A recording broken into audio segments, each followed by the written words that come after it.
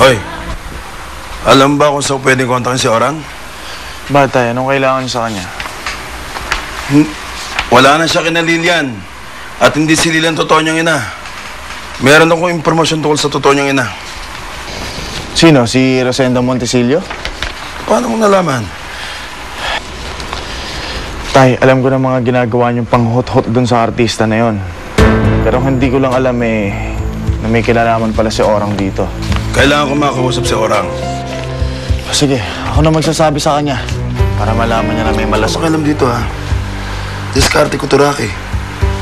Ngayon sagutin mo tinatanong ko. Saan ko pwede makontak si Orang para magkita na mag-ina?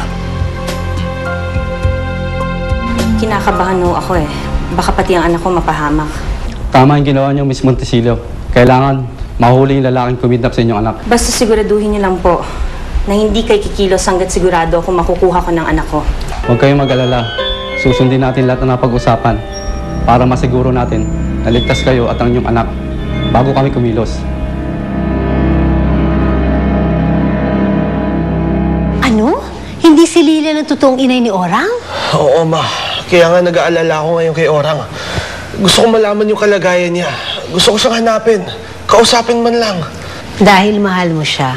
Yun ang totoong dahilan. Danny, mahirap itago ang totoong nararamdaman. Pero paano na si Sylvia? Paano ang kasunduan ninyo? Kakausapin ko lang naman, Ma, si Orang. Sandali lang. Yun lang ang hinihingi ko. Makapagpaalam ako sa kanya ng maayos. Pagkatapos nun, kahit hindi na kami magkita ulit.